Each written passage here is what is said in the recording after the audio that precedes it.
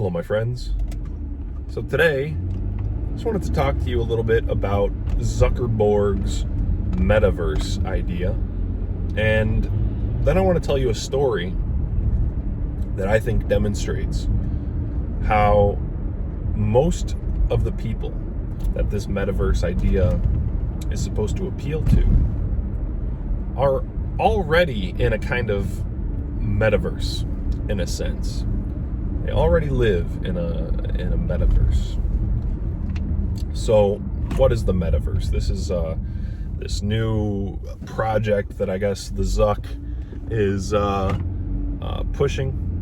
He's changed his parent company name to Meta, and they're going to, I guess, be spending a lot of time developing basically a virtual reality world for the working class, well, not the working class, the professional class of the future to spend a lot of their day in. He envisions that in the near future, middle class people who either, work these white collar jobs, office jobs that can be done from home, or people who just have the luxury of free time, will be able to spend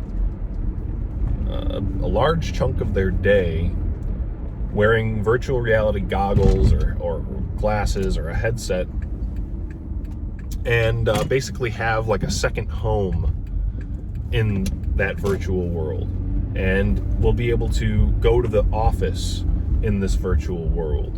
And so, basically spending a good chunk of their waking day in a virtual reality world, socializing, hanging out, going to work. He thinks that in the future, people will spend a lot of that time with the virtual reality headset on. And there's a few things that I think could be gotten into about this that are interesting. One of which I believe is, and I'll just kind of briefly touch on this because I really want to talk to you about this story and the fact that most people already live in a kind of metaverse even without the virtual reality goggles.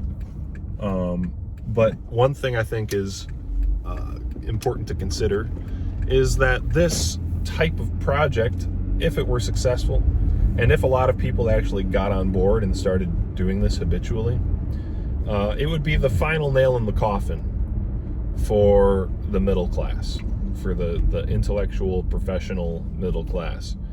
They would never have a chance in hell to become rebellious after this if it were successfully implemented, because this type of thing would just be entertainment lobotomy. Basically, it would be an entertainment lobotomy the likes of which we've never seen. And we already live in a world where entertainment is used to pacify not really the masses, but the intellectual and professional upper class that has the power and resources to actually be threatening to the elites. The average lower class working person is not inclined. They don't have the capacity, generally speaking, to mount a successful rebellion against the elites. You have to have people who are highly competent, who are highly capable in their intellectual, their abstract thinking, who can strategize, who can organize. And that it's the middle class that is the biggest threat. The average working class people, I work with them every day. Hate to say it, but these are not the types of people who would ever organize and strategize and plan and execute a successful rebellion. So it's the middle class that has to be pacified. And this type of thing would, I think, be the ultimate pacification, because if you thought that television and internet were distracting and gave this kind of opioid for the masses, this will be that times a million. You know, it gives people a sense of ultimate freedom and control, and it's limitless entertainment, limitless possibility once they've bought into it. So that, I think, is one of the big things that the metaverse would do. But, and there's other things we could talk about with the metaverse, but I want to tell you a story that I think demonstrates how most people are already living in a kind of metaverse. And the story goes like this. I heard this just yesterday, so it's fresh in my memory. And I can link to you, by the way, the video that I heard this on. There's a family. Father, wife, father, mother, and 2 daughters. One of the daughters is 4. The other one is 7 months old. 4 years old, 7 months old. Mother, father. And they're from, I believe, Washington. And they decided to take a trip, I guess. I don't remember all the details in particular, but they decided to take a trip from Washington to, I believe, San Francisco in California, and go down the West Coast. And on this trip, which, you know, was supposed to take several hours through the mountains, they take a wrong turn. And the father looks at the map, thinks to himself, oh, well, if we go back to try to retrace our steps and then go back the way we were supposed to, this would add another, few hours to our trip. We've already been going the wrong way for a couple hours, so it would be a couple hours back, and then, it adds a lot of time. So he thinks to himself, instead of going back, let's just look for an alternate route. And he discovers what he believes is a viable alternate route. And so they continue on, and they find this road that they saw on the map. So it was something like Bear Camp Road or something like that. And by the way, this road was remote. It was hardly used. It was narrow. There were signs posted saying that it's a dangerous road because it winds through the mountains. It's very narrow. There's no guardrails. And in the wintertime, it doesn't get plowed. And because it's so high up in the mountains, the weather can change pretty rapidly, and snow could fall and turn into ice. And suddenly they're on the side of a steep incline or a slope, and the roads are icy, and there's no guardrail, and nobody's coming to get you. These kinds of signs were posted saying that this is a treacherous road, and it should really only be taken in the summertime. But, of course, it was the wintertime, and these 2 people decided to ignore these signs, or they didn't even notice them, not sure. And they continued on to the Bear Road. And eventually, I guess, the mother falls asleep and wakes up hours later to see her husband, who, by the way, it's an Asian man and a white woman. The husband gripping the steering wheel, white knuckling it, going like 5 miles an hour because they're up in the mountains and it started to snow. And now they're on a snowy road, and it's the snow is coming down hard enough that he has to have the windshield wipers going full blast. And he's going 5 miles an hour because the road is slippery and there's no guardrail. And he just keeps going. because the road is too narrow for him to even turn the car around. And basically, I mean, long story short, well, another detail I think is important is they finally decided to try to go back. So they start reversing the car on this mountain road. And they get to a point where there's a fork in the road. And they know the fork that the road we just came from is going to take us back to the highway.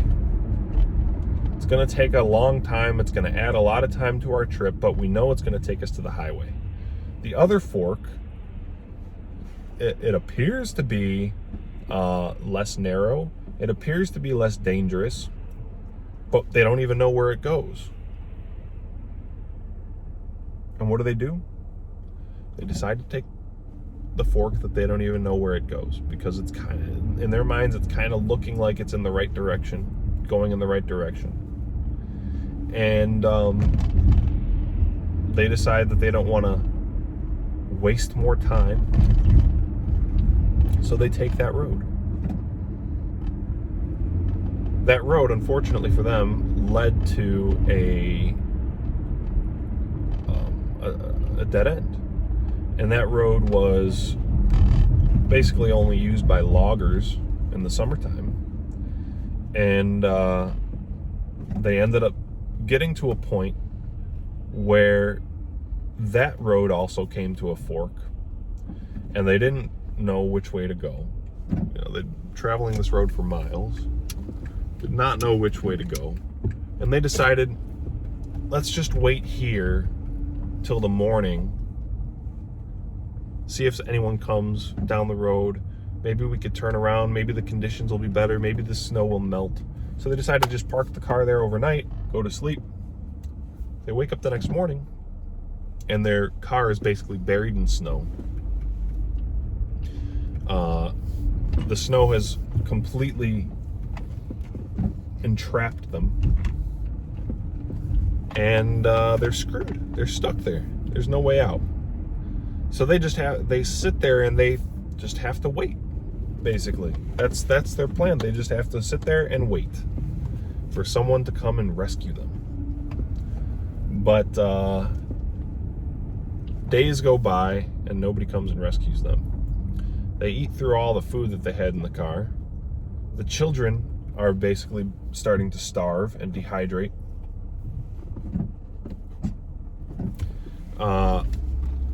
To the point where they become lethargic. And at like 5 days now of doing this, of sitting there waiting to be rescued, the father basically goes on a suicide mission and decides he's going to try to walk to a town which he believes is nearby to try to get help. And the father, sadly, dies trying to walk to this town which he thought was nearby because he looked at the map. And rescuers, on the 7th day, I believe it was, after they stopped their car and got stuck, rescuers found them, and the mother and the 2 daughters were saved. So, what do we get from this story, this tragic story? I think the real tragedy to this story is how disconnected, how detached people have become from nature and their natural instincts. What I mean when I say that these people are in a metaverse already, they already live in a kind of metaverse, is that they already live in basically in a virtual reality. They already live in a reality that is fully defined, fully constructed by abstractions, and that they are disconnected in general from their senses. And I think we could see that because this guy, they took the wrong road to begin with. They took this dangerous road because they saw on a map that this was a road. And to them, a road, if it's on a map, is safe. It's drivable. It'll take you from this location to that location. You know, it shows you right here on the map. The road starts here and ends here, so we'll be able to get from here to there. And they also believe, because they live in the city, they came from, like I'm talking about, you know, in this kind of professional, intellectual class background. The guy was basically a toy tester, a tech tester for a company, where he gets to play around with technology and write reviews of it. That's what he did for a living. And his wife ran like a vintage boutique or something like that, like typical wealthy middle-class hipsters from Washington. And I think they were actually from Seattle. So these kinds of people lived in the city their whole lives. Their world became defined by these abstract expectations. Like, if there's a road, it's going to get plowed. If there's a road, people are going to travel on it. If we get lost, we're going to get rescued. People have to be nearby. There's always somebody nearby, right? You know, these expectations, these abstractions that they live in. They look at the map, they see a road, and to them, the road is the map. You know, this inversion of how things should be has already occurred in their minds, where they have fully constructed their reality from the abstractions, rather than constructing their abstractions from actual reality. And you know, that's the type of world I think a lot of people already live in, where they can't use the evidence of their senses to notice, hey, it's wintertime. Hey, look at those clouds. It's probably going to snow. Or have you looked at the forecast? It's probably going to snow.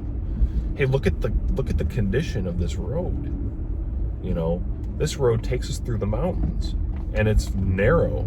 And if this road gets slick, not only could we fall off, but we could get stranded here. And who knows who's going to come, because this is remote. You know, use your eyes, use your head. Think about how far we are up the mountains. Think about how narrow this road is. How many people could possibly be using this road on average? You think a plow truck could even get here? How could a plow truck get up and take this serpentine, fucking slippery road? How is that supposed to work? But they aren't using the evidence of their senses. They're using their abstract expectations. These people have been disconnected from nature, from the reality surrounding them for so long that their brains don't even process the information of their senses like that. They don't process it rationally. They reverse the correct process of thinking, which should be to gain their concepts through their actual experience of nature and of reality surrounding them, and instead have these abstract expectations. Like I said, they have the map in their head that's been given to them by their conditioning, by the propaganda that they've had, by living in the city their whole life, by having this very cushy, comfortable, professional, middle-class life, and they project that map onto reality.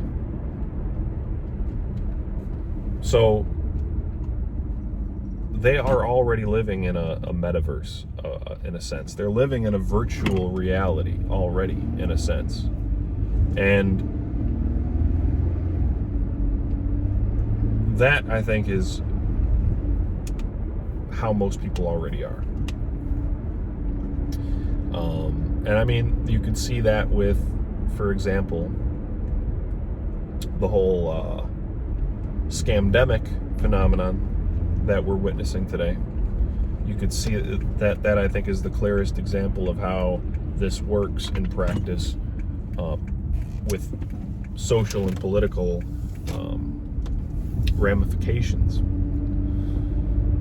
Most people are not using the evidence of their senses to ascertain or construct the concepts that they have of reality. Most people, I think, if they were honest with themselves and were thinking in this way, like I believe I do, they would have the same experience as me, which is not a single person that I know has died of the you-know-what.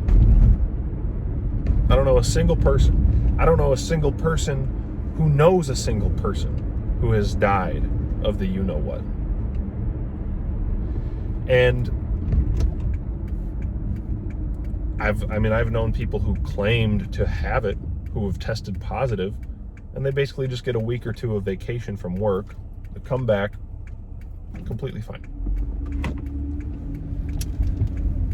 So if it weren't for the media, if it weren't for the news bombarding them with this information, programming their minds, if it weren't for the fact that they already lived in this metaverse, this virtual reality defined by abstractions, ideas planted in their brain by the mass media system,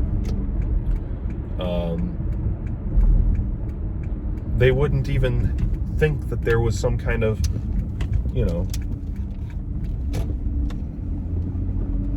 society-altering, horrible illness going around. Most people just wouldn't have a clue. I mean, nothing changes about your average daily experience besides the media that you consume. So, anyway, I feel like I'm laboring on a bit too long about this point. I think you get what I'm saying. But yeah, the people already live in the metaverse. The sorts of people who will jump into this virtual world that Zuckerberg is creating already live, for the most part, in that virtual world. People are completely disconnected from nature. And if something ever happened that shattered the matrix that they all live in, for example, imagine a solar flare hit, kind of massive solar flare hit, and power went out for a few weeks. Most people would not survive.